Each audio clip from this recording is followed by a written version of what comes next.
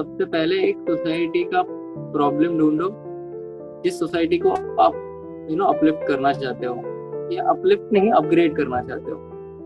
तो उसका एक एक प्रॉब्लम उठाओ, उसको स्टडी करो, और फिर your business should be a solution for it. ऐसा नहीं है कि आप बिजनेस, मतलब एक बिजनेस आइडिया आया और आपने डाल डाल दिया कि ऐसा तो नहीं। पहले यू शुड, मतलब ये मेरा बोल रहा हूँ, मैंने ऐसे शुरू किया था कि मैंने देखा था कि क्या क्या उसके इफेक्ट है सोसाइटी पे, और अगर हमने प्लास्टिक और ये सब अभी नहीं रोका तो आगे जाके कितना हमें कितना क्या होने वाला है।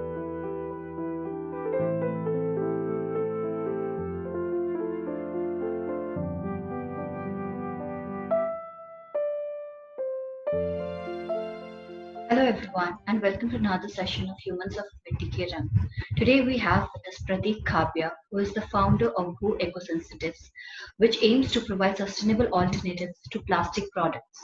So let's begin the session to get to know more about it.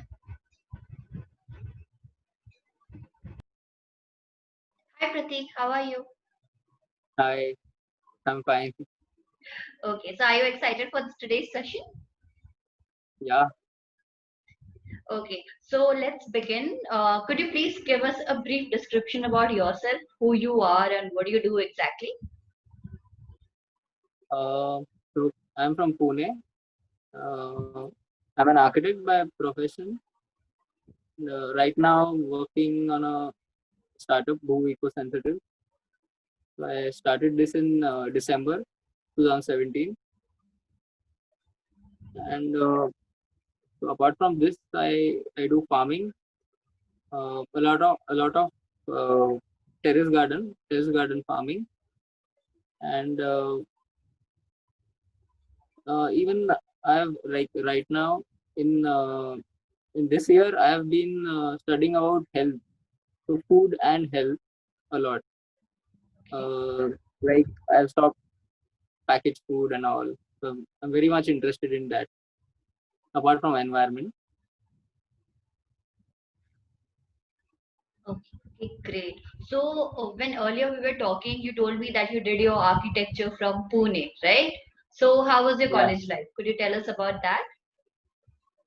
yeah. It was pretty average academically. I wasn't uh, from second third year until third year I didn't took it very seriously.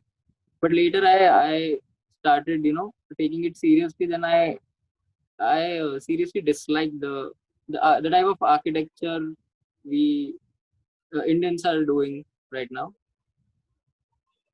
So I wasn't so sure about, like, in future whether I'll be able to work in this field. So after third year I was like slowly finding something else, which was which things which I could take it forward. Okay, so you told me something about your Ladakh internship, right? So Yeah. was there something, was that a turning point in your life which led you into the world of entrepreneurship? Yeah. So in fifth year, final year, the first semester, we have to apply for 6 months in different firms, architectural firms. So I purposely I thought of going to Ladakh, which was not an architectural firm, but it was the Secmol, Secmol school, run by Sonam Wangchuk. Oh yeah. Well, So three idiots, right? yeah, the three Yeah, idiots. yeah. So it wasn't an architecture based firm, something, but they were into natural building and a lot of organic farming. So I purposely tried going there, and so I didn't do it for 6 months. After 3 months, I had to come back here because I had many backlogs. So to give exams, I had to come back. Okay. So there, there the uh, it was a good experience, like learning organic farming, and the uh, approach toward life, it changed. Like it was very important part of my life, the 3 months. Okay. So So, I started introspecting like a lot about what I did for like 25, 24 years, and so it was a turning point where I decided to shift from architecture to environment. And so once I came back, I could not complete my final year project. So I took a gap for 2 years, and I started working on environment, also farming. Okay so आपने terrace farming के बारे में mention किया था ना अपने description में so could you tell us little about कि आप टेरेस फार्मिंग में एग्जैक्टली क्या करते हो like how is it about तो ये तो एक पहले हॉबी से शुरू हुआ था, बस यूट्यूब पे वीडियोस देख के ऐसे ही। बचपन से मतलब ऐसे ट्रीज और इससे अच्छा ही ये था हमेशा। आई टू प्लांट ट्रीज, गार्डनिंग वगैरह का शौक था ऐसे ही। तो ऐसे ही फिर थर्ड फोर्थ ईयर, मतलब 22 23, उसके बाद धीरे धीरे आई स्टार्टेड ग्रोइंग वेजिटेबल्स, मतलब लीफी वेजिटेबल्स, जो कि बहुत सिंपल होता है, एक 3 वीक्स 4 वीक्स में आ जाता है। तो वो मैंने घर पे ट्राई किया, काफी इंटरेस्टिंग भी लगा।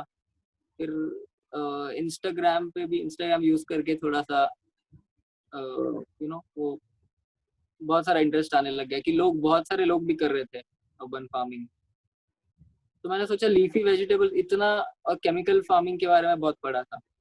तो इट वाज, मतलब जो उसके इफेक्ट थे केमिकल फर्टिलाइजर्स और इसके अपने हेल्थ पे, तो वो देख के तो और मुझे लगा कि हम मतलब सारा ही ग्रो करना शुरू कर दें। तो धीरे धीरे जो भी पॉसिबल था उतना स्पेस में, तो उतना उतना उतना उतना ग्रो किया। लीफी वेजिटेबल बहुत हद तक ग्रो किए थे, कि ऐसे ऐसे भी आया था कि 6 महीने के लिए कुछ कुछ कोरिएंडर, पालक, मेथी, ये हमने लाया ही नहीं, जो भी था अच्छा टेरेस पे ही हो रहा था।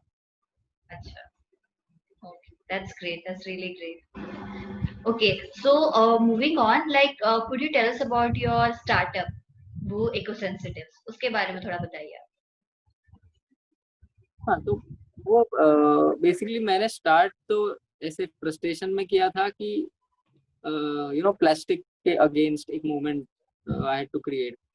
तब इतना क्लू नहीं था 2017 में कि कहाँ जाऊं, मतलब कौन से लाइन में ये करूंगा। तो तब I just started with cloth bag. तो हमारे पास मतलब बेसिक चैलेंज वाज कि लोगों को अवेयर करना कि कैसे तुम्हें प्लास्टिक बैग 2-3 रुपए में तो मिल जाता है, लेकिन उनको शिफ्ट करना था 3 रुपए के बैग से 15 रुपीज के बैग। उनको ये करना था, अवेयर कराना था कि प्लास्टिक बैग तुम कि 2 दिन 4 दिन में तुम फेंक दोगे, क्लॉथ बैग ऐसा नहीं होगा। वो 15 रुपए का, मतलब वो वैल्यू वन टाइम है, लेकिन वो आप 1-2 साल आराम से उसको यूज करोगे। तो वो सबसे मेन चैलेंज था, तो वहीं से स्टार्ट किया। फिर उसके बाद धीरे धीरे एक एक प्रोडक्ट हमने मतलब जैसे डेली लाइफ में जो भी है, बैम्बू टूथब्रशेज है, स्ट्रॉज है, अभी बैम्बू ईयरबड्स आएंगे। तो जैसी छोटी चीजें हैं जो एज अ वेस्ट कलेक्ट भी नहीं हो पाती है, हार्डली कलेक्ट हो पाती है। वो एक तो लैंडफिल में जाती है या ओशंस रिवर्स में जाती है। ये ऐसे छोटे थिंग्स पे हमने काम करना शुरू किया। तो अभी बहुत सारे 20-25 प्रोडक्ट है, और भी धीरे धीरे बढ़ेंगे। ओके ग्रेट सो इन सब में से सारे प्रोडक्ट्स में से आपका बेस्ट प्रोडक्ट कौन सा है which you like the most best product मेरा ऐसे ऐसे एक नहीं है, लेकिन everything made out of bamboo, जो भी बैम्बू के प्रोडक्ट है। तो बैम्बू क्यों बोल रहा हूँ, क्योंकि एक मतलब इतने इतने साल हमने सोचा ही नहीं कि बैम्बू इतना ये कर सकता है। इतनी सारी चीजें बना सकते हैं हम बैम्बू से। और कोकोनट भी एक बहुत इम्पोर्टेंट है। कोकोनट का एक तो सब यूज होता ही है, लेकिन सूखने के बाद उसका कॉयर भी बहुत इंपॉर्टेंट है, उसके शेल से बॉल्स भी बनते हैं। तो बेसिकली ऐसा कोई पार्ट नहीं है कोकोनट का जो वेस्ट हो यूज ही जाए। नहीं है। हाँ, उसके लीफ से भी हम झाड़ू बना लेते हैं। तो बेसिकली एवरीथिंग इज ये है। और बैम्बू अभी 2017 में आई थिंक गवर्नमेंट ने डिसाइड किया था कि they are treating bamboo as a grass and not as a tree. तो बैम्बू कल्टीवेशन और उसकी फार्मिंग कर सकते हैं, जैसे काटना भी उसको अलाउ कर दिया है। नहीं तो सबसे इम्पोर्टेंट चीज इतने साल में क्या हो रही थी, जो भी बैम्बू फार्मर्स थे उनका बैम्बू बिक नहीं रहा था यहाँ पे बहुत, मतलब उसको मार्केट नहीं था, क्योंकि चाइना से इतने सस्ते प्रोडक्ट्स आ रहे थे बैम्बू के, क्योंकि वहाँ पे गवर्नमेंट ने सारा फ्री हैंड दे दिया था बैम्बू कल्टीवेशन को और इसको। और यहाँ पे इतने लॉज स्ट्रिक्ट थे कि यहाँ के फार्मर्स को मतलब हमने देखे ही नहीं प्रोडक्ट्स, जो भी प्रोडक्ट्स आते थे वो सारे चाइना से ही आते थे इम्पोर्ट। तो यहाँ का मार्केट इतना खराब हो गया था चाइना की वजह से। तो अभी 2017 से काफी हद तक चेंज हुआ है। नॉर्थ ईस्ट में बैम्बू मतलब शुरू है, बहुत जोरों से उसको मार्केट आया है। नॉर्थ ईस्ट में है, पुणे में भी, पुणे के नजदीक वाले विलेजेस में भी बैम्बू प्लांटेशन बहुत सारा है। चंद्रपुर वगैरह महाराष्ट्र में भी वो साइड भी बहुत है। तो बैम्बू और कोकोनट प्रोडक्ट मेरे फेवरेट है, हमेशा रहेंगे। उससे मैं हमेशा मतलब यू कांट फिनिश इट, उससे आप कुछ भी बना सकते हो, जितना इनोवेटिव बना सकते हो। जैसे अभी बैम्बू राखीज भी आएंगे ओह ग्रेट। हमारे, we are working on it, next week शायद आ जाए। Okay great. सो आपने 5 साल आर्किटेक्चर पढ़ा था, राइट? सो अभी you have a startup, so it is there 7 any हुआ लाइक, एक्चुअली, 7 साल थोड़ा सा। ओके 4 साल आर्किटेक्चर पढ़ा था। सो उसमें से आपने कुछ सीखा होगा that you are using it in your startup, right? Like what are those, like what are key learnings जो आपने सीखा and you are applying it over here? एक तो नेगेटिव चीजें इतनी सारी थी, तो उससे बहुत इंस्पायर होकर मैंने एनवायरनमेंट की तरफ ये किया, वो तो एक था ही। दूसरा डिजाइन, डिजाइन काफी हद तक सीखा है।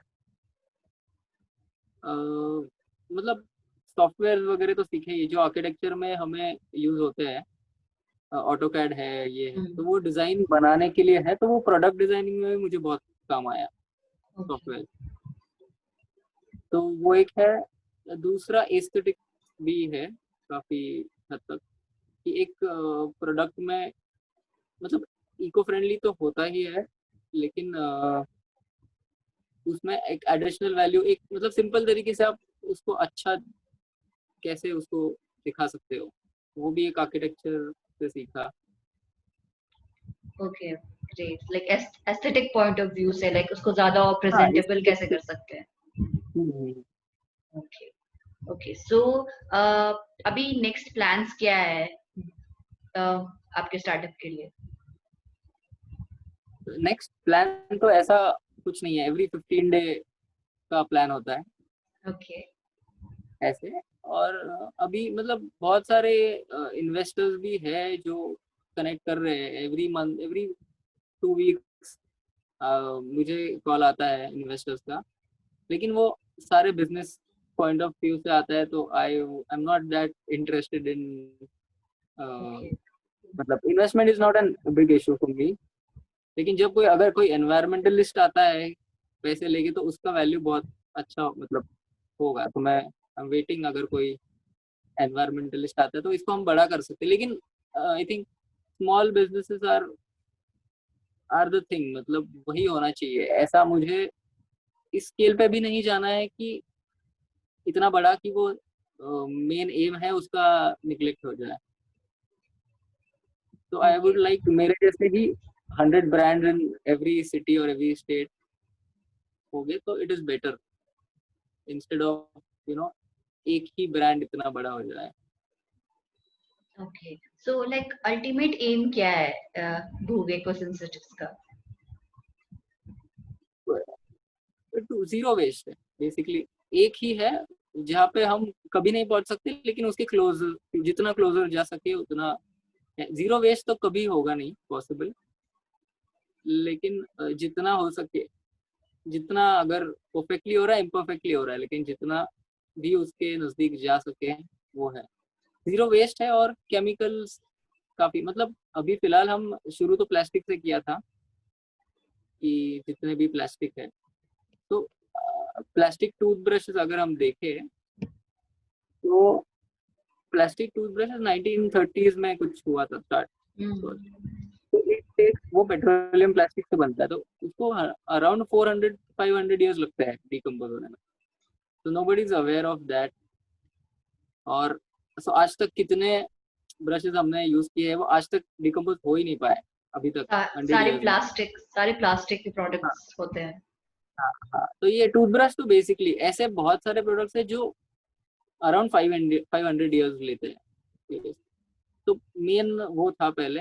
अभी केमिकल्स भी एक दूसरा है जो रिवर्स में हम, मतलब हमारे जो भी डिटर्जेंट्स है, फिनाइल और वो सब है, तो वो एक सेकंड पॉइंट है जिस पे हम काम कर रहे हैं अभी। और दो तीन और है पॉइंट जो हेल्थ रिलेटेड अभी मुझे पर्सनल इंटरेस्ट आया है, तो आई वाज थिंकिंग कि ये इसको हम रिलेट कर सकते हैं। जैसे सस्टेनेबिलिटी के मतलब अलावा भी एक, हेलो, हाँ, सस्टेनेबिलिटी में हेल्थ कैसे जोड़ा जा सकता है, बिकॉज अगर हम पैकेज फूड ही खाना बंद कर देंगे तो बेसिकली पैकेजिंग ही नहीं आएगा। जितना फ्रेश फ्रूट खाएगा उतना ही जीरो वेस्ट हम, ये तो ये सब हैंड इन हैंड है। तो फूड एक एक सेक्टर होने वाला है जिसपे हम काम करेंगे। और केमिकल्स एक है कि जितना हम इरेडिकेट कर सकते हैं हमारे डेली लाइफ में केमिकल्स, उतना सोच रहे हैं उसके आगे, मतलब इस दिशा में Okay. I'm working. Okay, great. So according to you, what is sustainability?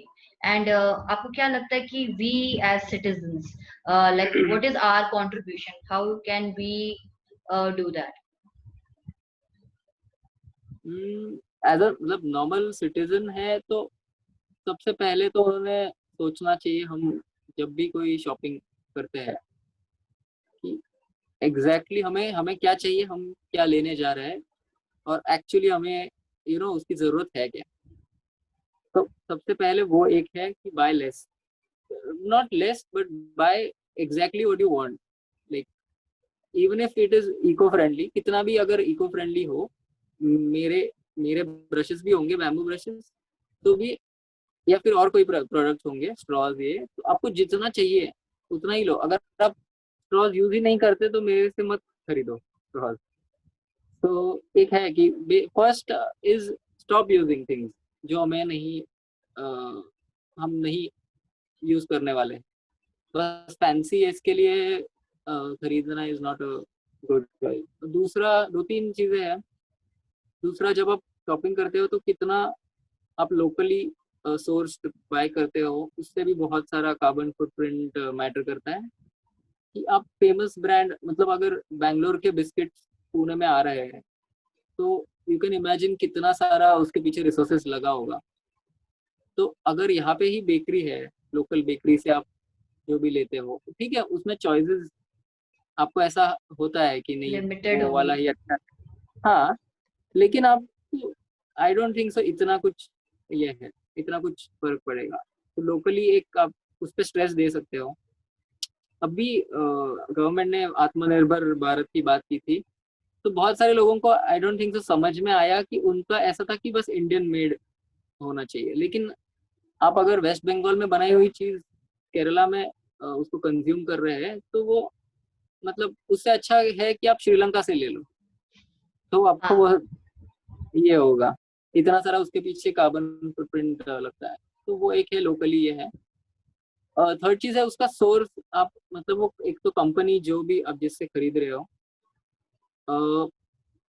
वो कंपनी और कौन से प्रोडक्ट्स बनाती है, और उसका लेबर, एक लेबर के प्रति मतलब जो भी लेबर लॉज है, या हेलो, हाँ, लेबर लॉज और वो सब लेबर पेमेंट्स होते हैं, जो भी वो सब चीज फॉलो कर रही है क्या वो एनवायरनमेंट के। मतलब ऐसा नहीं है कि अभी मैं नाम नहीं लूंगा किसी कंपनी का, कि बहुत सारे हैं जो रिवर्स, और ये जिन कंपनियों ने, बड़ी कंपनियों ने एक्सप्लॉइट किए हैं रिवर्स, और वो ही एड्स दिखाते हैं कि पानी सेव कैसे करे, और वो ऐसे सॉर्ट ऑफ, तो ऐसी ऐसी कंपनीज का तो पहले आप बॉयकॉट कीजिए, भले वो इंडियन हो या फॉरेन हो, दैट डजंट मैटर। लेकिन जिस जिस कंपनी का नाम आया है कि एक्सप्लॉइटेशन के अंडर नाम आया है, तो वो आप उनको आप बॉयकॉट कीजिए, उनसे दूसरे प्रोडक्ट्स मत खरीदिए, भले ही प्रोडक्ट अच्छे हो, इट डजंट मैटर कि वो पैसा वही जा रहा है, वो उतना और एक्सप्लॉइट करेंगे। अ, और और है कि फूड और फैशन के रिलेटेड है कि बहुत बहुत सारा फास्ट फैशन हो गया, फास्ट फूड हो गया। अब हमें slow slow food, slow fashion जो भी है, तो उसकी तरफ जाना चाहिए। जैसे ई कॉमर्स है, बड़े बड़े ब्रांड है कि हार्डली, पहले हमें याद था कि हम सिर्फ दिवाली में, या मतलब साल में 2 बार आई थिंक शॉपिंग करते थे, कि दिवाली में तो पक्का करते थे, और फिर बाकी कुछ बर्थडे हो या फिर ऐसा। तो अभी तो आजकल हम बैठे बैठे बस बोर हो रहे हैं, तो हम कीप स्वाइपिंग, ऐसे ही स्क्रॉल करते करते हम शॉपिंग खरीदते कर हैं। लेते हैं। हाँ, कुछ भी तो, सस्टेनेबिलिटी का मेन अर्थ वही है कि जितना एक तो स्लो बहुत इंपॉर्टेंट है, स्लो लाइफ ही बेसिकली करना बहुत इंपॉर्टेंट है। हमने हमारे गोल्स और एम्बिशन भी इतने क्विक कर दिया है कि किसी को हार्डवर्क और वो भी नहीं करना। और फूड रिलेटेड है तो फास्ट फूड तो हमें इतना इंस्टेंट सोर्स चाहिए कि हमने सारे सारे विटामिन लो, तो हम टैबलेट्स लेंगे, हम फ्रूट नहीं खाएंगे। हम अब जो कुछ भी लो, ये वाले जनरेशन में हमने इतना फास्ट कर दिया है सारा, और उसके इफेक्ट हमें अभी धीरे धीरे आ रहे हैं कि it is not good, whichever thing we choose, मतलब जो रेगुलर से फास्ट है उसके इफेक्ट उतने नहीं आते, और उसके साइड इफेक्ट्स तो होते ही है। तो बेसिकली वही है, मेन मतलब मिनिमलिज्म है और स्लो लाइफ, ये दो चीजें हैं, बहुत इंपॉर्टेंट है। तो एज एन कंज्यूमर आपको इतना ही ये है कि मिनिमलिज्म ध्यान में रखना है, और स्लो स्लो फूड और स्लो फैशन करना है। Okay, okay, great. अब और एक है मटेरियल्स, आप जो भी शॉपिंग कर रहे हो कि ऐसे वाले मटेरियल्स चूज कीजिए जो बहुत कम, ऐसे तो नहीं बोल सकता कि एक्सप्लॉइट बिल्कुल भी नहीं होता है, कॉटन इंडस्ट्री में भी बहुत सारा होता है, केमिकल्स यूज होते हैं, लेकिन जो है, जितने जो मटेरियल्स है जो कम एक्सप्लॉइटेशन से बनते हैं, तो वो उतना उस पर ज्यादा फोकस कीजिए। ओके, थैंक यू प्रतीक, ये बताने के लिए, like from consumer point of view हम क्या कर सकते हैं एनवायरनमेंट के लिए। Okay, so we have reached towards the end of our session. So is there a message जो आप सोशल एंटरप्रेन्योर्स को देना चाहते हो? हाँ, सोशल एंटरप्रेन्योर को first is, don't start your business with an business idea.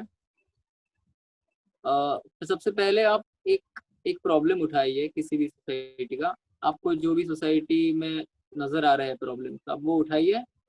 अगर आपको सोशल एंटरप्रेन्योर बनना है तो एक प्रॉब्लम उठाइए, और your business should be a solution for that. तो for social entrepreneur, first thing you should do is not, एक मतलब business business as a business मत देखो। सबसे पहले एक सोसाइटी का प्रॉब्लम ढूंढो, जिस सोसाइटी को आप अपलिफ्ट करना चाहते हो, या अपलिफ्ट नहीं, अपग्रेड करना चाहते हो, तो उसका एक एक प्रॉब्लम उठाओ, उसको स्टडी करो, और फिर your business should be a solution for it. ऐसा नहीं है कि आप बिजनेस, तो मतलब एक बिजनेस आइडिया आया और आपने डाल डाल दिया, कि ऐसा तो नहीं। पहले यू शुड, मतलब ये मेरा बोल रहा हूँ, मैंने ऐसे शुरू किया था कि मैंने देखा था कि क्या क्या उसके इफेक्ट है सोसाइटी पे, और अगर हमने प्लास्टिक और ये सब अभी नहीं रोका, तो आगे जाके कितना हमें कितना क्या होने वाला है। तो ये एक है कि सबसे पहले ये करो। और दूसरा एक है, अगर आप प्रोडक्ट में हो तो डोंट, मतलब कितना भी हो आगे जाके आपको, आप खुद आपके प्रोडक्ट से कन्विंस नहीं हो तो उसको मतलब उसको बेचने में कोई ये नहीं है, पॉइंट नहीं है। अगर आप खुद ही उससे अगर आप बहुत आपकी आइडिया से और आपके प्रोडक्ट से अगर आप खुद कन्विंस हो तभी उसको आगे लेकर जाए, चाहे कितना भी देर हुआ हो। लेकिन मतलब एज अ होल वो सोसाइटी के लिए भी अच्छा नहीं है कि आप सिर्फ दिखाने के लिए सोशल एंटरप्राइज अगर कर रहे हो। कि ऐसा भी है, बहुत सारे चीजें बेचने के बाद लोगों को समझ में आया कि ये एक्चुअल में इको फ्रेंडली नहीं है, कि फिर भी लेकिन अब वो बिक रहा है और उनको सपोर्ट कर रहा है वो बिजनेस, तो उसको शुरू रख रहे हो। तो एक बार अगर आपको समझ में आया है आपकी गलती, वैसे तो मुझे बहुत बार हुआ है ये, कि मुझे धीरे धीरे आप सीखते हो कि क्या और बेटर हो सकता है प्रोडक्ट में, क्या और कम हार्म कर सकता है, तो उसको जल्दी से इम्प्रोवाइज करो, जितना हो सके उतना जल्दी क्विक रिएक्ट करो। मार्केट मतलब मार्केट को रिएक्ट करने से अच्छा मटेरियल को रिएक्ट करो। मार्केट तो वो तो हो जाता है आराम से। Thank you Prateek. ओके, मेरा एक क्वेश्चन है, हमारे एक व्यूअर ने पूछा था कि हाउ इज भू eco sensitive helping the local people. Local या तो हमने जब शुरू ही किया था तब मैंने जो भी मेरे घर के नियर बाय स्लम्स है, तो वहाँ पे लेडीज थे जो कि ऑलरेडी उनके घर पे मशीन्स और ये थे, टेलरिंग मशीन। तो उनसे मतलब पहले तो उनसे पूछा कि वो क्या करते हैं, कैसे कितने घंटे काम करते हैं ऑलरेडी, तो वो सारी फॉल पिको और वो सब करते थे। तो 2-3 घंटा वो दिन में करते थे, उतना उतना उनको 500,000 जैसे जैसे कमा लेते थे वो, थोड़ा बहुत जितना काम आता था। तो मैंने सोचा इनके पास मशीन्स है ऑलरेडी, तो हम पूरा सेटअप कंपनी और ये सब वर्कशॉप, और ये मेरे माइंड में कभी वैसे था ही नहीं कि वर्कशॉप डाला जाए, इन्वेस्टमेंट ये वो। तो हमने वैसे ही स्लम्स में जाके ही 2-2 3-3 के ग्रुप बनाकर ही वी स्टार्टेड। तो अभी भी वैसे ही है सारे टेलर्स, तो उनको डायरेक्ट कपड़ा उनके घर पे जाता है, तो वही वो 2-3 के ग्रुप में कट करते हैं, स्टिचिंग करते हैं, जैसे कुछ है। और अभी भी लॉकडाउन में भी बहुत लोगों को हमने ऐसे ही थोड़ा सा मतलब हेल्प किया है, मॉनिटरी हेल्प किए हैं, कि मतलब विद एन मोटिव कि अगर वो पैसा नहीं भी आए तो इट इज ठीक है, they are working for it, मतलब हमारे लिए ही काम कर रहे हैं। तो अगर वो दे सके तो बाद में वो देंगे, अगर नहीं भी हो सकता है तो बिकॉज मतलब बिजनेस, तो we have to take care of them, वो एक तो बहुत बड़ा ये है। और दूसरा बैम्बू फार्मर्स फार्मर्स का अगर देखा जाए तो काफी विलेजेस है वेल्ले साइड में, पुणे से 40-50 किलोमीटर दूर है। तो मैं वहाँ पे गया हूँ, बहुत सारे विलेजेस ऐसे ही पड़े हैं जहाँ पे कोई यूथ ही नहीं है। तो जितने भी 1,500 to 700 पीपल का विलेज होगा, तो उसमें जो भी यंगस्टर्स है 30-35 के जो भी नीचे वाले हैं, वो एक भी आदमी आपको नहीं दिखेगा विलेज में। सारे एक तो शहर में मतलब छोटा मोटा कुछ कर रहे हैं, एक तो एजुकेशन के लिए आए हैं जैसे तैसे, या फिर कोई मतलब इंडस्ट्री में लगा हुआ है जो हफ्ते में एक बार आता है। तो विलेजेस ऐसे ही पड़े हैं। और बैम्बू फार्मर्स जो भी है वो, उनको एक है, हमने एक अवेयर किया है कि अभी बैम्बू के चीजें बहुत बन रहे हैं, तो आपको कंपनीज आएंगे और मतलब एंटरप्रेनर आएंगे और आपको बस उसी दाम में लेंगे जो दाम में अभी पहले मार्केट था। लेकिन अब उनको हमने बस एहसास दिलाया है ऐसे कि बैम्बू को बहुत वैल्यू है ज्यादा। तो आप एक तो उनको हमने बहुत सारे लोगों को वी ट्राइड, उनको गूगल से फोटोज हमने बहुत सारे दिखाए प्रोडक्ट्स के, ताकि वो खुद सीख सके उससे और बना भी सके, क्योंकि उनको उनके पास स्किल है और अवेयरनेस मटेरियल तो नहीं है। उनका ही है ये, लेकिन उनको मार्केट का अवेयरनेस नहीं है कि हम क्या मतलब एक, अगर हम बैम्बू राखी देखें तो वो उनके लिए कुछ नहीं, वो दिन में 100 राखी बना सकते हैं बैठे बैठे, उनके पास सारा रॉ मटेरियल होता है। लेकिन उनको पता नहीं है कि वो उनसे वही रॉ मटेरियल लिया जाता है, लेकिन उनको बोला भी नहीं जाता कि इससे क्या बन रहा है। सपोजिंगली बैम्बू स्पीकर्स है जो कि विलेजेस को उसमें से इतना सब बना के 100-150 रुपीज, 100 रुपीज भी नहीं मिलते हैं, और वही अमेजोन पे स्पीकर हम 450-500 के हिसाब से देखते हैं। तो वो एक एम है हमारा कि ये गैप कम हो। ठीक है, इतना भी ये नहीं हो सकता है, लेकिन जितना हम कर पाए वो गैप कम, क्योंकि वो बैम्बू से हमारा कुछ नाता नहीं है, वो उनका ही है मटेरियल, एज अ उनकी घर की खेती है, तो उनको ज्यादा मिलना चाहिए, इतना तो है। तो ये दो अभी तक हमने काम किए हैं लोकल स्लम के जो भी लेडीज है उनके साथ, और बैम्बू फार्मर्स के साथ अभी तक किया है। ओके, सो लॉकडाउन में बैम्बू फार्मर्स और इनका बहुत नुकसान हो गया होगा, राइट? हाँ, बैम्बू फार्मर्स का बेसिकली, बैम्बू फार्मर ऐसे एग्जैक्टली वो लोग वो नहीं करते, मतलब बैम्बू की फार्मिंग नहीं करते, लेकिन उनके ऐसे विलेजेस है, बैम्बू विलेजेस प्रॉपर, कि पूरा विलेज ही बैम्बू उगता है, कहीं पे भी आइलैंड्स होते हैं बैम्बू के, तो वो एज अ कम्युनिटी ही उसका बहुत सारे इसमें सेल करते हैं। तो ऐसा इतना नुकसान नहीं होता है, क्योंकि वो लोग बेसिकली सेल्फ सस्टेनेबल है, अगर वो डिपेंडेंट नहीं है बैम्बू पे, उनका जो भी है फूड और वो तो वो खुद ग्रो करते हैं। तो ऐसा डिपेंडेंसी नहीं है कि एकदम से ये हो गया है, जैसे नुकसान नहीं हुआ है, लेकिन अब जैसे बैम्बू उनके पास स्टोर्ड है तो अभी वो वापस शुरू हो जाएगा। जितना स्लम के लेडीज जो है उनका हुआ है बहुत हद तक नुकसान, कि उनके तो जो भी घर के काम है वो भी छूट गए, बहुत लोगों ने पेमेंट दिए नहीं दिए, तो उनको बहुत इश्यूज है। प्लस मास्क सैनिटाइजर भी लाना इज नॉट, उनके हार्डली सेविंग होते हैं 1000-2000 रुपए के, उसमें भी अगर वो मास्क सैनिटाइजर और वो सब उनको नहीं इतना कर पाते। Okay. Okay, Pratik, we have reached towards the end of our session. It was really lovely talking to you, and you're telling us so much about environment sustainability. Thank you so much. Welcome. Okay. Okay, so can you tell our viewers if they want to connect to you, how they can find you? Could you tell your social media handles to them? We अभी Instagram page है हमारा, @who_eco sensitive, उस पे आपको ज्यादा करके हमारा मतलब प्राइमरी ये है, सोशल मीडिया पेज इंस्टाग्राम पे ही ऑपरेट करते हैं। फेसबुक पे भी आपको मिल जाएगा वो इको सेंसिटिव करके।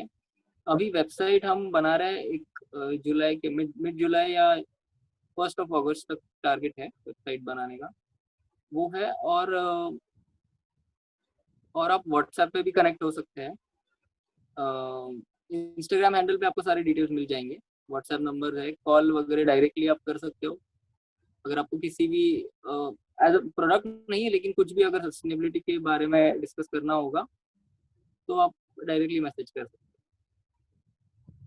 Okay, so we will be putting the Instagram handle and your other social media handles along with this video so that people can reach out to you directly. Okay. हैं। Thank you. Okay. Okay, Pratik. It was nice talking to you. So please take care and bye for now. या bye.